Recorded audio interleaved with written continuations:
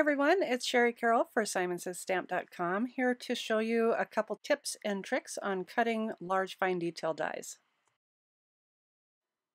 I have the mandala die and it is a full card size die with really fine detail. This can be tricky to run through your die cut machine because of the size. So I like to run it through twice and I'm going to show you how I do that. I'm using a 4 1/4 by 5 1/2 sheet of 80-pound Neenah white cardstock, and this die is designed to create a little border.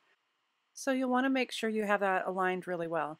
I'm using Post-it tape, and this is a 2-inch tape from Post-it, and I have put this down the side, and then I fold it over to the back of the paper to make sure that it stays in place.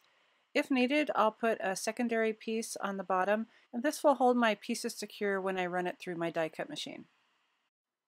I have a newer Big Shot that I'm using, and I also have a metal shim in here which will help the die cut into the paper better. I am using the 2 cutting plates and the shim, and I'll run this through my machine.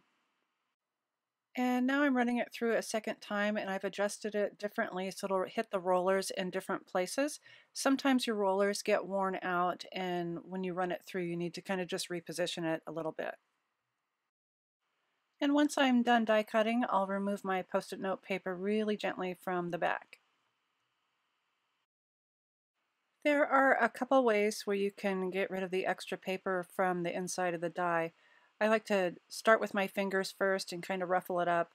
I also like to use my rolling brush from Spellbinders and just roll it over, and this helps release those extra little pieces of paper. And finally, for some of those really tiny areas that the brush can't get to, I'll just use my poke tool and push those through. These large dies can be a little bit tricky, but if you take some time and run them through your die cut machine twice, and make sure that you change the position before you roll them through the second time, they work out really beautifully.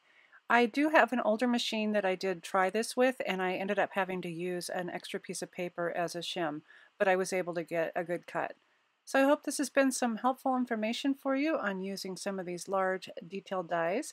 And as always, thanks so much for watching.